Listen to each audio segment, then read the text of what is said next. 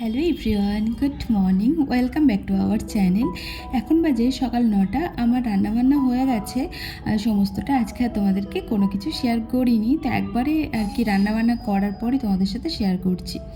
তো এদিকে দেখাই তোমাদেরকে যে কী কী রান্না করেছি। তো আমি আজকে মাথায় তেল দিয়েছিলাম, আজকে তো দিইনি, দিয়েছিলাম কালকে। তো আজকে শ্যাম্পু করব। আর আমি কথা বলেছিলাম, তারপর দেখলাম যে পাশে একটা মিউজিক হচ্ছিলো, তাই আর কি মিউট করে দিয়েছি।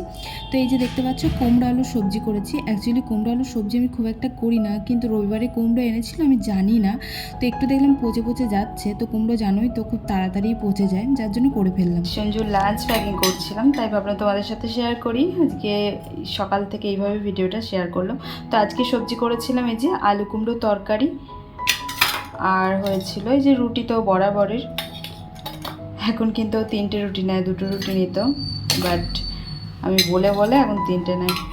আর তার সাথে দিয়েছি একটু শসা। তোকে বললো মিষ্টি নেবে কিনা, তো মিষ্টি বললো নেবো না, যার জন্য শসা।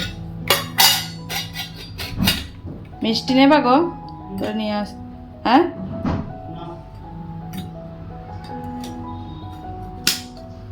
অনেক কষ্ট করে 3টে নেওয়ার জন্য রাজি করেছি। তো আর কিছুদিন যাক, তারপর দেখি আরেকটা করে বাড়াবো, কারণ অনেকটা টাইম ওকে থাকতে হয়। তো ধরো সন্ধ্যের পর তো আরেক জায়গায় যায় কাজে, কারণ ও 7টার সময় ছুটি হয়, 7টা থেকে সেই 9টা 9:30 পর্যন্ত ও আরেক জায়গায় কাজ করে। তো সেখানে কিছুই খায় না, শুধু চা ছাড়া। তো আমার তার জন্য একটু কষ্টই হয় যে সেই দুপুরবেলা 2টো রুটি খেয়ে তারপর কি পেটে থাকে কারোর বলো।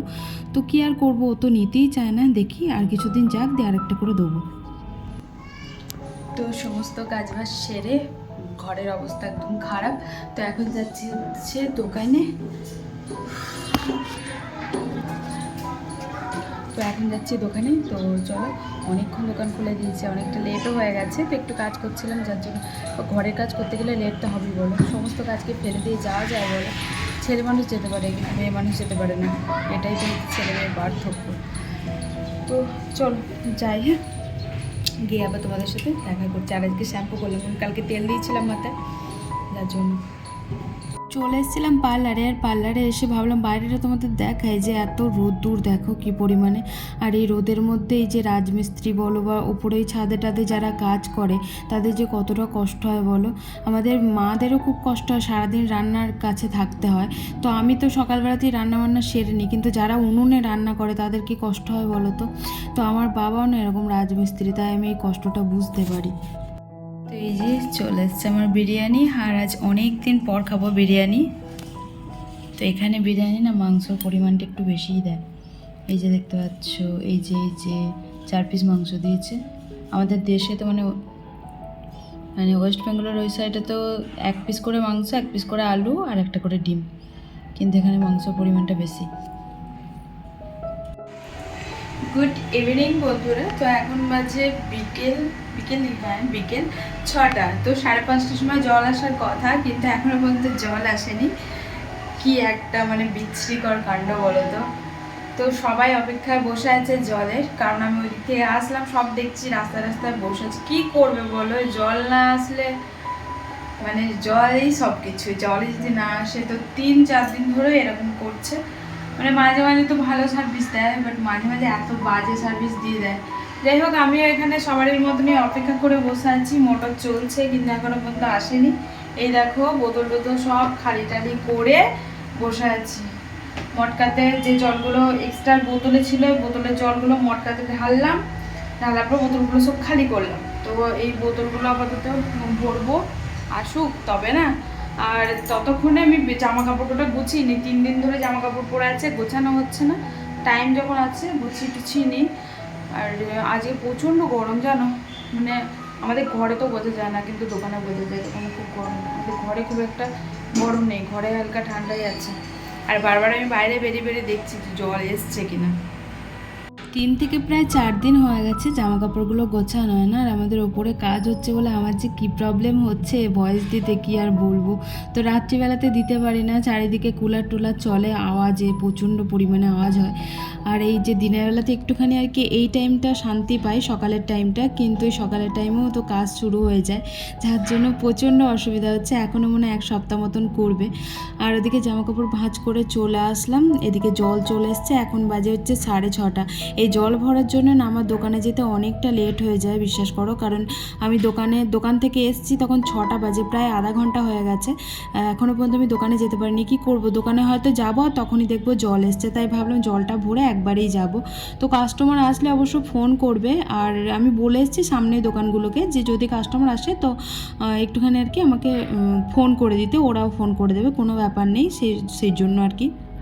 আর এখানে আবার প্রথমে চেক করে দেখতে হয় যে মিঠা জল কিনা, কারণ এখানে আবার খারা জল আসে, যেটা আর কি কি বলবো, খারাপ জল আসে, এখানে ভালো জল আসে। তো একবার খেয়ে আর কি চেক করলাম তার জন্য যে একটু ভালো না খারাপ, মিষ্টি আর নোনতা একটুখানি আসে আর কি।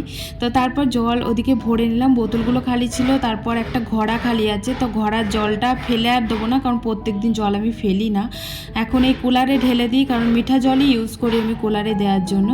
তো কুলারে তো প্রত্যেক দিন ওই 2 ঘড়া করে লাগে জল, কারণ জল শেষ হয়ে যায়, তাও তো সারাদিন চলে না, তারপরেও জল শেষ হয়ে যায়, শুধু রাতটুকুনি চলে। আর এদিকে কুলারে জলটা ভরে নিলাম। তো চলো এখন আমি এই জল কটা ভরে তারপর যাব দোকানে আসার পর সন্ধে টন্ধে দিলাম। আর যেহেতু দুপুরে আমি বিরিয়ানি খেয়েছিলাম, ভাত তো খাইনি, অনেকটা ভাত ছিল, তাই নষ্ট হবে বলে আমি এবার টিফিন কৌটো করে নিয়ে আসলাম। না হলে কিন্তু আমি সন্ধ্যাবেলাতে খুব একটা কিছু খাই না, ওই যদি মনে হয় তো একটা করে ওই চিপস বা কিছু আর কি নামকিন টাইপের জিনিস খেয়ে নিই, বাকি এত ভাত টাত আমি কোনোদিনই খাই না। তবে ওই যে বললাম যে নষ্ট হবে বলেই আমি নিয়ে এসেছি, কারণ ওই দুপুরের যেহেতু আমার মতন ভাতটা আর কি থেকে যাবে যেটা আমি খাইনি, আর সেইটাই আমাকে আবার ভিজে ভাত খেতে হবে, আর সকালবেলা যেহেতু খাওয়া হচ্ছে না সেই ভাতটা আবার আমাকে পরের দিন দুপুরবেলা খেতে হবে। তার জন্য আমি দেখলাম যে থাক তাহলে সন্ধ্যেবেলাতে টিফিন কৌটো করে নিয়ে যাই, আর সন্ধে টন্ধে দিয়ে আর কি আমি খেলাম। তোমরা আবার ভেবো না যে সন্ধে না দিয়ে খেয়ে নিয়েছি, সন্ধে দেওয়ার পর কাস্টমারটা ছিল না আজকে, যার জন্য আমি খেয়ে নিই, তারপর আবার কাস্টমার করবো, নাহলে কাস্টমার চলে এলে খেতে পাবো না।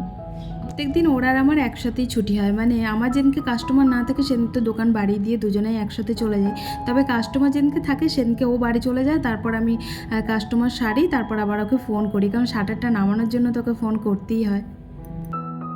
চলে এলাম বাড়ি, আর বাড়ি এসে ও এনেছে মিষ্টি, মানে মিষ্টি ও আনেনি, ও যেখানে কাজ করে ওখানে ওনার ছেলের মানে দোকান খুলেছিল 1 বছর হলো, তো উদ্বোধন হয়েছে আবার নতুন কোনো অ্যানিভার্সারি দোকানের, যার জন্য আর কি দিয়েছে যে দুধ কি লাড্ডু, হেভি লাগে খেতে এগুলো, তো 4 পিস দিয়েছে, খাবো, তবে এখন খাবো না, এখন ভাত টাত খাবো তারপর খাবো। আর আমাদের রাত্রের আজকে কিছু সবজি নেই জানো তো, কি খাবো তাই ভাবছি, ওই যে দুপুরের একটুখানি আছে, ওই কুমড়ো আলুর তরকারি আছে, আর ভাত আছে, ভাতের মধ্যে আমি একটা আলু সেদ্ধ দিয়েছিলাম, আলু সেদ্ধ আছে, ওকে বলেছিলাম চপ আনতে, কিন্তু ও চপ পায়নি, ও বললো পায়নি, করবো ওই চানাচুর মাখবো আলু দিয়ে। হ্যাঁ কি হয়েছে এগুলো, আমি কেচেছি তো কবেকার, তারা একটু পরে কথা বলছি। তো আমি জামা কেচেছি, জামার মধ্যে নোংরা লেগে আছে, যার জন্য আমাকে বলছি যে কেমন কেচেছো। তো আমাদের রাতে হবে হচ্ছে চানাচুর মাখা আর ভাত, ওই আলুটা দিয়ে মাখবো, আর ভাত, ডিম ভাজবো না, দেখি ভাজতেও পারি, ঠিক নেই। চলো খাওয়া দাওয়া করে নি, আমি ফ্রেশ হয়ে আগে একটুখানি। তোমাদেরকে বললাম যে চানাচুর মাখবো, কিন্তু সঞ্জু বললো যে অনেকদিন চানাচুর বাটা খাইনি, তো একটুখানি বাটি, তো যেহেতু শিলটা আর কি কোটানো হয়েছে তাই ধারটা একটু বেশি হয়েছিল, তাই বললো যে একবার বাটলেই তো হয়ে যাবে, তাই একবার আর কি বুলিয়ে দিই, তো ওই বাটছিল, আর আমি এদিকে কটা বাসন ছিল ধুয়ে নিই। আজকের মতন টাটা, গুড নাইট, ভালো থেকো সবাই।